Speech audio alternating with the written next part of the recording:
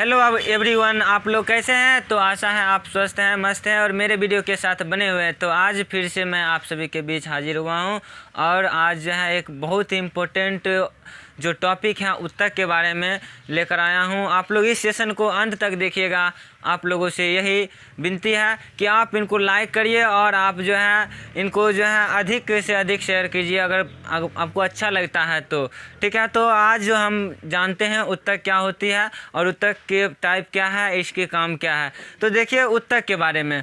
तो उत्तक जो होती है, यह पहले उत्तक शब्द आया कहाँ से? उत्तक आखिर जिस तरह से कोशिका के बारे में आप लोग पढ़े होंगे कि कोशिका शब्द की उत्पत्ति कहाँ से हुई, लैटिन शब्द से हुई ना।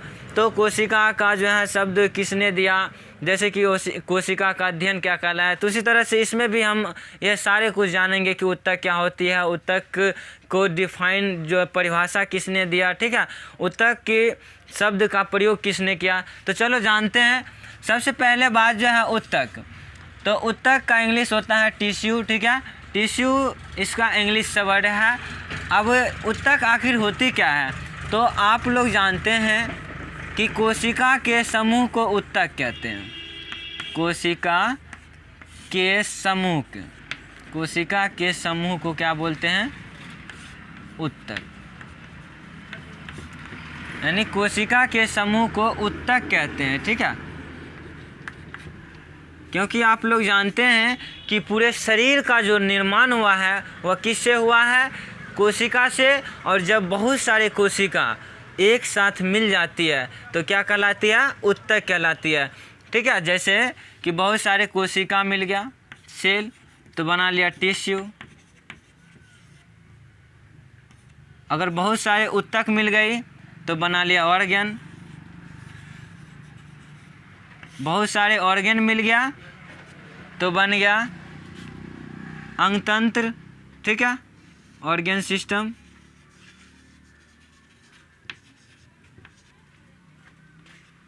और जब बहुत सारे ऑर्गन सिस्टम अंगतंत्र मिल गया तब क्या होगा? एक जीव या व्यष्टि का निर्माण होगा, ऑर्गेनिज्म। ठीक है, यानी कि कोशिका के समूह को उत्तक करेंगे, उत्तक के समूह को अंग कहेंगे, अंग के समूह को अंगतंत्र कहेंगे और अंगतंत्र के समूह को क्या बोलेंगे? एक जीव या व्यष्टि। अब ये कोशिका जो शरीर की सबसे छोटी इकाई है और उनकी जब समूह बन जाती है तो वह उत्तक कहलाती है, टिश्यू कहलाती है।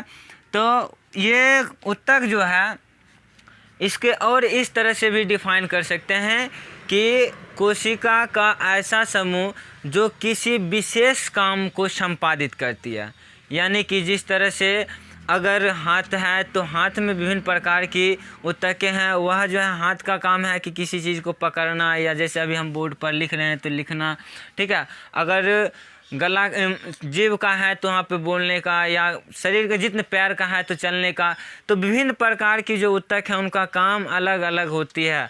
लेबर मतलब इसमें जो होता है श्रम का विभाजन होती है, यानी कि इसका काम जो होता है उत्तक का अलग अलग, उत्तक का अलग अलग काम होती है।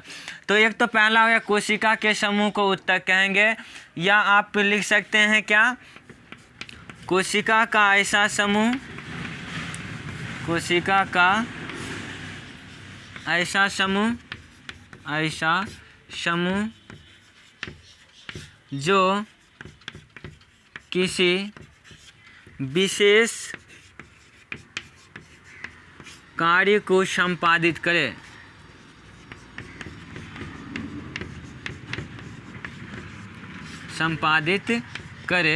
तो उसे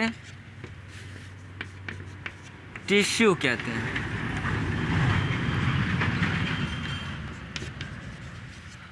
ठीक है, तो हम जान गए कि इसका डिफिनीशन क्या होता है।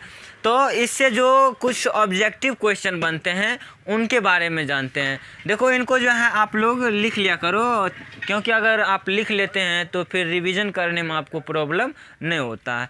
तो चलो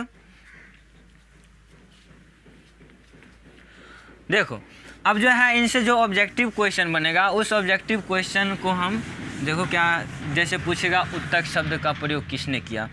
तो जो उत्तक शब्द का प्रयोग है उत्तक शब्द का प्रयोग सबसे पहले बार बिचंट ने किया था। ठीक है, बिचंट कहेगा कि उत्तक शब्द का प्रयोग सबसे पहले बार किसने किया? बिचंट ने किया। अब देखो कि उत्तक का अध्ययन क्या कहलाएगा, जैसे कि उत्तक का अध्ययन,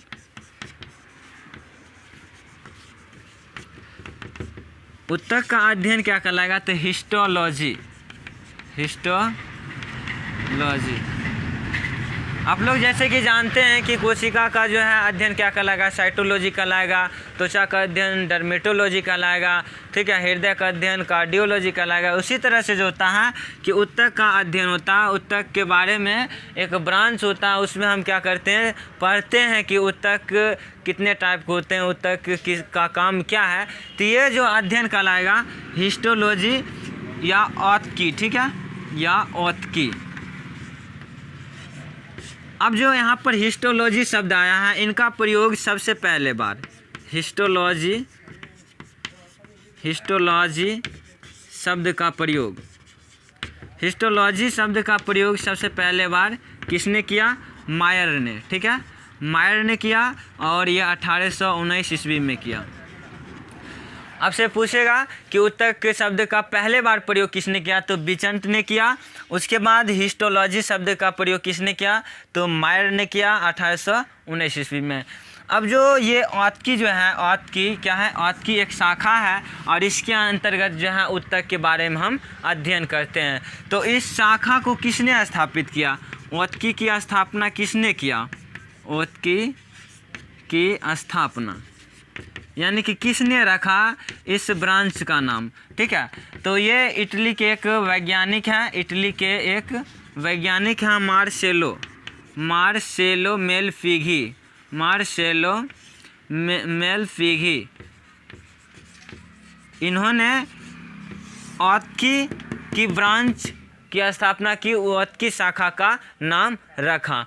तो इससे जो ऑब्जेक्टिव बना, ठीक है, इनको जो है आप लोग नोट करते जाइएगा, क्योंकि ये सब एक नया चीज़ है। अगर आप इसको नोट करते जाते हैं तो आपको हम बार बार कहते हैं कि रिवीजन करने में दिक्कत नहीं होगा। अगर एक बार दिमाग में रहेगा फिर उसको देख लेंगे तो हमको क्या होगा? वो आसानी से याद आ जाएगा।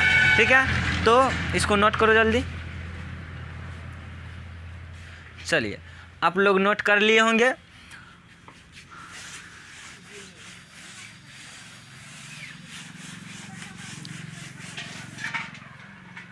देखिए, आप लोग जो है इसको ध्यान से इस क्लास को करते रहिए।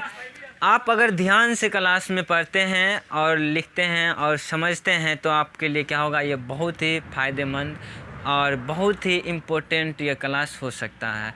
ठीक है, तो अब देखो हम इसको डिवाइड करते हैं, बांटते हैं। ठीक है, डिवाइड मतलब होता है बांटना। अब उत्तक को जो होता है दो भागों में विभाजित किया गया। कितने भागों में? दो भागों में। एक होता है पादप उत्तक और जंतु उत्तक, यानी प्लांट टिश्यू और एनिमल टिश्यू। ठीक है, यानी कि उत्तक को कितने भाग में बांट दिया? दो भागों में, पादप उत्तक और जंतु उत्तक। अब जो है पादप उत्तक को भी डिवाइड किया जाता है, बांटा जाता है। तो पादप उत्तक को दो भागों में बांटा जाता है, विभज्योतकी उत्तक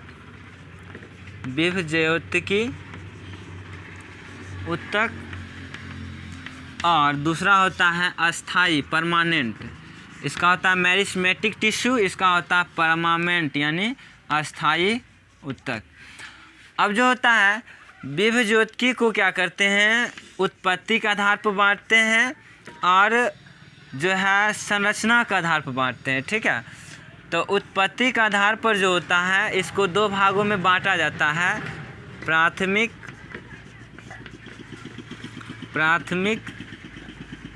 विभज्योतकी और द्वितीयक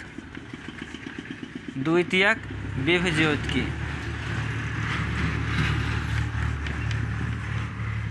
ठीक है। यानी कहेगा कि विभोज्योतकी यानी मेरिस्मेटिक टिश्यू को अगर उत्पत्ति के आधार पर बांटे तो उसको प्राथमिक और द्वितीयक में विभाजित किया गया है। अब जो है उत्पत्ति के आधार पर प्राथमिक और द्वितीयक हो गया, तो एक आधार और है पोजीशन, यानी कि पोजीशन करने का मतलब उसकी स्थिति के आधार पर जो है इस उत्तक को कितने भागों में बांटा गया, पोजीशन के आधार पर, ठीक है। पोजीशन के आधार पर जो है इसको कितने भागों में बांटा गया, 3 भागों में। उसके बाद देखो 3 भाग कौन है, पहला है शीर्ष अस्थ, उसके बाद होता है पार्श्व अस्थ, और तीसरा होता है अंतर्वेशी, यानी एपिकल, लेटरल और इंटरकैलरी, ठीक है। ये 3 जो होता है स्थिति के आधार पर होती है विभोज्योतकी का टाइप, शीर्षस्थ, पार्श्वस्थ और अंतर्वेशी, और उत्पत्ति के आधार पर प्राथमिक और द्वितीयक। अब देखो उत्पत्ति में जो होता है प्राथमिक और द्वितीयक आया, तो प्राथमिक जो होता है ये शीर्षस्थ और अंतर्वेशी मिला के जो होता है प्राथमिक कहलाता है, ठीक है। शीर्षस्थ और अंतर्वेशी, अंतर्वेशी, ठीक है, अंतर्वेशी, ये जो होता है दोनों मिला के प्राथमिक कहलाता है। और बच गया पार्श्वस्थ, तो पार्श्वस्थ जो होता है यह जो होता है द्वितीयक, ठीक है, सेकेंडरी मेरिस्मेटिक टिश्यू कहलाती है। तो ये जो है ये पादप उत्तक को हम बांटे, ये सिर्फ विभोज्योतकी को बांटे। अब जो है विभोज्योतकी के बाद अस्थाई, अब अस्थाई उत्तक को देखो कितने भाग में बांटा गया है।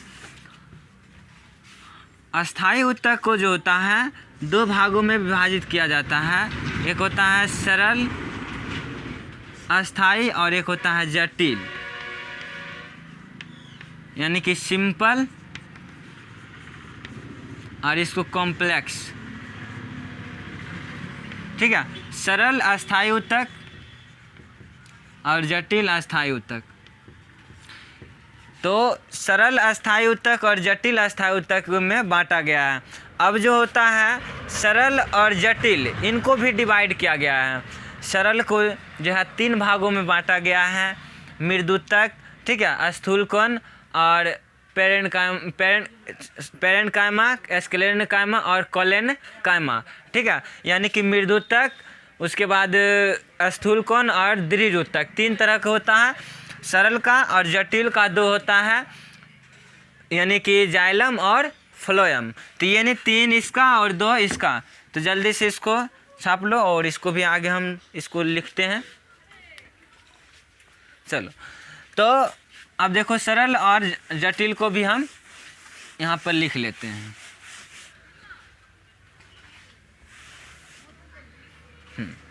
अब अस्थाई को जैसे कि सरल में बांटे, ठीक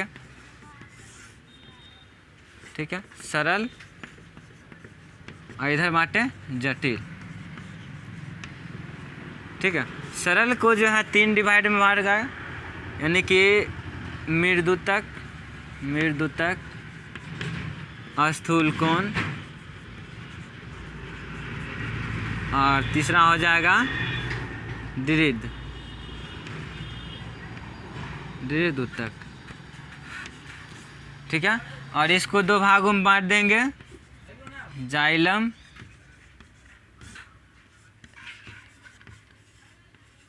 ठीक है, जाइलम और फ्लोएम।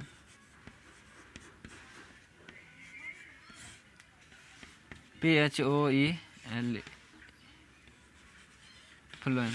यानी ये जो होता है कि अस्थाई को 2 भागों में बांटा, सरल अस्थाई और जटिल अस्थाई। और सरल अस्थाई को 3 भाग में बांटा गया, मृदुतक, स्थूलकोण और दृढ़ उत्तक। और इसको बांटा गया 2 भागों में, जाइलम और फ्लोएम। तो ये जो है पादप उत्तक को हम डिवाइड किए कि पादप उत्तक के कितने भाग होते हैं, ठीक है। पादप उत्तक कितने टाइप के होते हैं। तो अब जो है हम जंतु उत्तक को डिवाइड कर देते हैं कि देखो जंतु उत्तक, ठीक है। यानी कि जंतु ऊतक जो होता है यह 4 तरह की होती है। पहला जो होता है उपकला, उपकला, ठीक है, एपिथेलियम, एपिथेलियम, उपकला एपिथेलियम। उसके बाद जो होता है संयोजी, संयोजी। उसके बाद होता है पेशी, उसके बाद होता है कंकाल।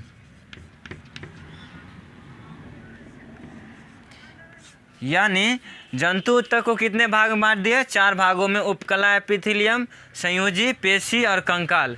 अभी सब का भी बहुत सारे डिवाइडेड है, तो क्या होगा कि एक ही साथ जो है एक ही बार डिवाइड कर देंगे तो इससे क्या होगा कि प्रॉब्लम हो जाएगा। इसलिए जो होता है कि जब क्लास जैसे जैसे चलता जाएगा वैसे वैसे हम क्या करेंगे, इसको डिवाइड करते करते बताते जाएंगे इसके कितने शाखा हैं, इसके क्या है। तो आज जो है यहीं तक रहने देते हैं। अगर आपको ये क्लास में मज़ा आया है तो इसको शेयर कर देना और लाइक कर लेना। जय हिंद।